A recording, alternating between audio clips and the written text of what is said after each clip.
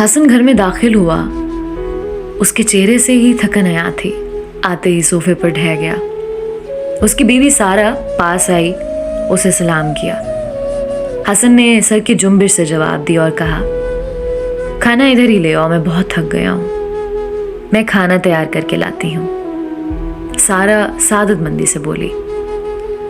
Kitchen کی طرف چل دی. کھانا گرم کرنے اور ٹرے میں رکھنے میں اسے کچھ دیر ہو گئی تو حسن نے سارہ کو گالیاں دینا شروع کر دی. سارہ نے ٹرے حسن کے سامنے میز پر رکھ دی اور آنکھوں میں جھلملانے والے چراغ کو بجھانے اپنے کمرے میں بند ہو گئی. کچھ دیر بعد حسن اپنی 4 سالہ بیٹی فاطمہ کے ساتھ کھیل رہا تھا. سارہ نے پوچھا, آپ اپنی بیٹی سے کتنا پیار کرتے ہیں؟ اپنی جان سے بھی زیادہ یہ مجھے عزیز ہے. حسن نے فاطمہ کے رخسار پر پیار کرتے ہوئے پر یقین لہجے میں جواب دیا.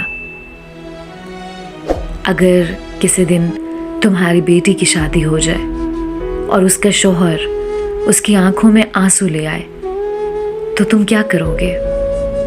سارہ نے پوچھا.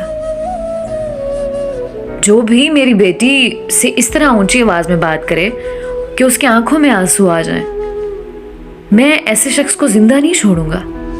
حسن کے لہجے میں سختی اور شدت تھی.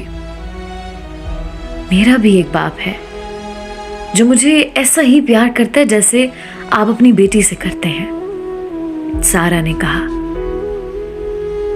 اس بات سے نا حسن کو اپنی خطا کا احساس ہوا. وہ 2 زانو ہوا اور ندامت و شرمندگی سے بولا, میں اپنے غلط رویے کی معافی چاہتا ہوں تم سے. مجھے امید ہے تم مجھے معاف کر دو گی. سارہ کو اور کیا چاہیے تھا, وہ کھل کر مسکرا دی. دوستو, حضور پاک کا بھی فرمان ہے کہ تم میں سے بہترین شخص وہ ہے جو اپنی ازواج سے اچھا ہے. اگر آپ کو میری یہ سٹوری بہت اچھی لگی ہے تو پلیز آپ اس کو لائک اور میرے چینل کو سبسکرائب کریں.